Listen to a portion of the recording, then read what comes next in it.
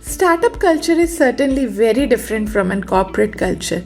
Lots of youngsters today are joining startups because they feel that startups give them an opportunity to have a diversity of ideas. There's a lot of scope for open communication. They have a lot of flexibility and autonomy to work, and there are immense learning opportunity and potential to innovate and growth. And they feel that when you work into that startup ecosystem, you get a lot of recognition and reward.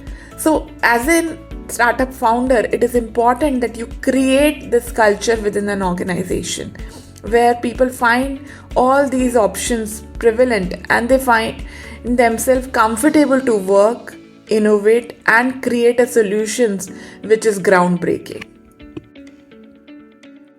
The biggest challenge in any startup today is recruiting the right set of people.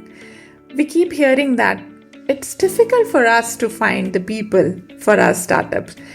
We don't get those right set of people. People don't have that attitude to do something good. Then a lot of people say that we hire for attitude and not for skill because they feel that skills can still be taught. But the missing attitude does not drive contemporary things within the startup.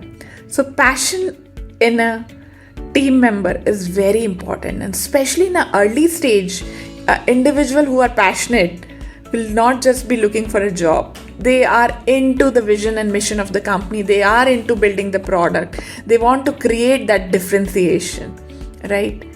At the same time, you're looking for people who are problem solvers. A lot of time what people do is, it's like a yes man thing or an order takers. So if you give them something to do, they will complete the job. But in a startup recruitment, we're not looking for those people. We're looking for people who not just come up with a problem, they solve the problems and they bring some innovative solutions on the table, right? And that's what we call intrapreneurs, right? They are decision makers.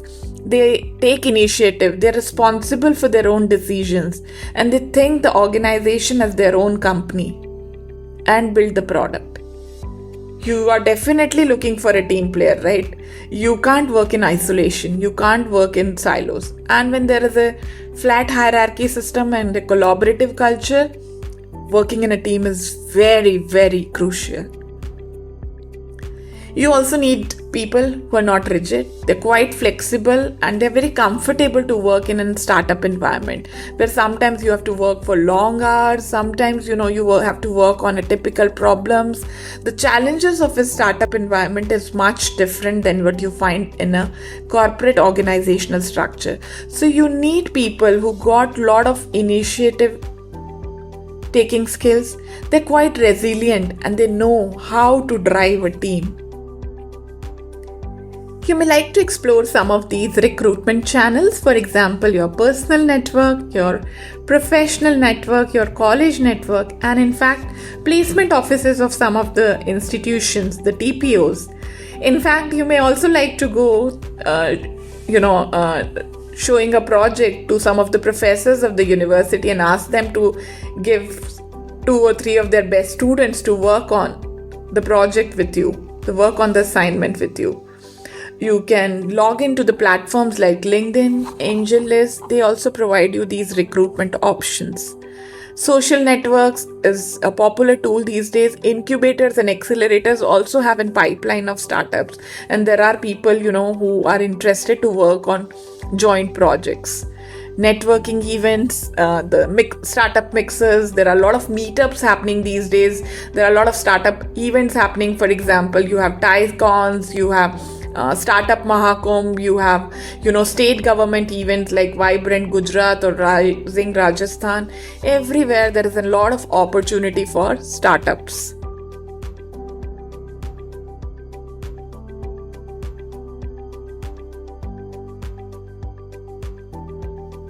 This is what Sankarsh, the founder of Savart, has to say. This is not just the story of Sankarsh. I think you'll hear this from many incubatees who are getting incubated at lots of big incubators and small incubators across the country, including tier 1, tier 2, and tier 3 cities.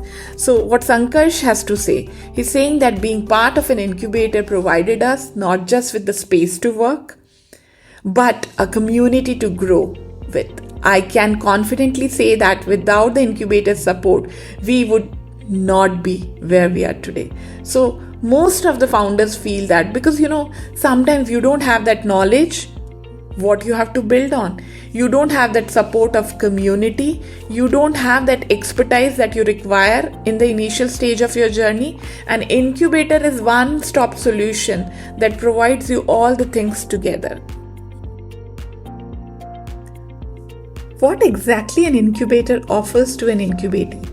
Incubators offers access to experienced pool of mentors and advisors. You can do a complete matchmaking out there.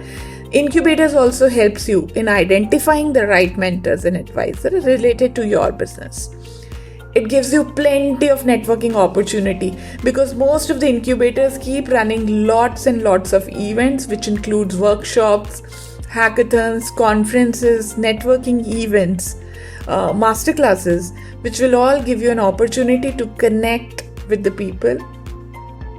Incubators also offer a lot of business services and tools, a lot of free credits are available, connections with all their industry partners are available which you can use.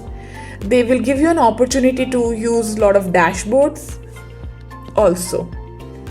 Educational workshops and training, customized programs specific to business model, creating a financial plan for your business, how to start a company, the legal requirements for your business, fundraising, all these tailored programs are offered by incubators which give you an opportunity to fine-tune your idea.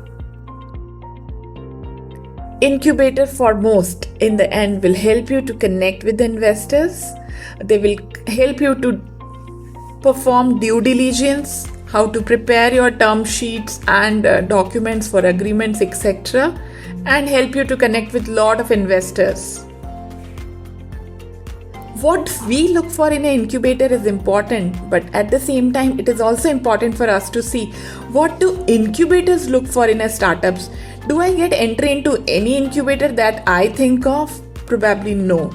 A lot of incubators think before getting a incubatee on board.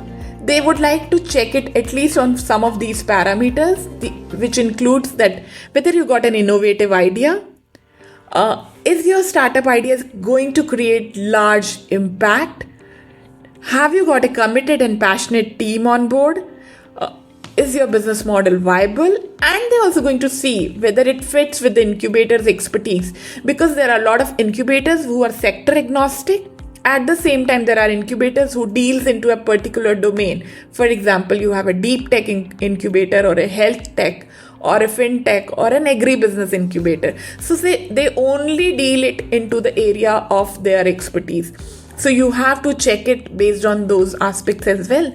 Some of the most popular incubators in the country like Techstars, I am Bangalore, NSRCL, T-Hub at Hyderabad, Y Combinator is the name that I think all of us have read. There are many more beyond this. These are some of the names that has been mentioned here.